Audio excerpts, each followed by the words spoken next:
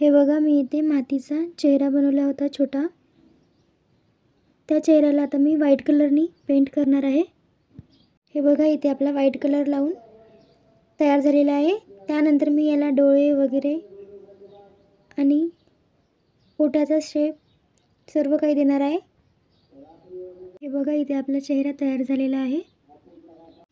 त्यानंतर मी इथे एक काडी, रद्दी आणि रील याचा वापर करून इथे बॉडी तयार केलेली आहे. त्यानंतर मी इथे माती घेतलेली आहे. ही माती इथे बॉडीला लावून चांगला शेप देणार आहे. बघा, इथे आपली बॉडी पूर्ण तयार झालेली आहे. त्यानंतर मी याला कलर लावणार आहे. इथे आपल्या बॉडीला कलर लावून तयार आहे. बघा, मी तेवढ्याच भागाला कलर लावलेला आहे जेवढा भाग आपल्याला दिसणार आहे.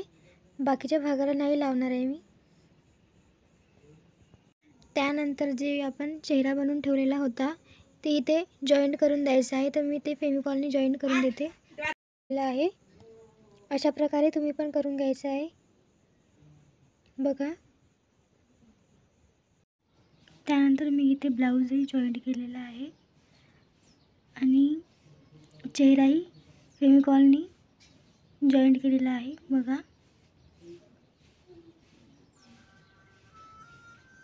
हे बघा. त्यानंतर इथे लुगडे मी बनवलेले आहे मशीनवर, तेही इथे पायाला फिटिंग केलेले आहे. बघा, अशा प्रकारे. हे बघा, त्यानंतर इथे आपला पदरही बनवून रेडी आहे. त्यानंतर मी इथे काठाला लेस लावून घेणार आहे. हे बघा, इथे पदर कंप्लीट झालेला आहे. हे बघा, मी इथे पुठ्ठा कट केलेला आहे आणि त्याच मापचा इथे कापडही कट केलेला आहे. हेच कापड आता पुठ्ठ्याच्यावर मी चिपकवून घेणार आहे. हे बघा, इथे आपली डॉल बॉडनी मी इथे बसवलेली आहे. तिला लुगडंही नेसून झालेलं आहे. बघा,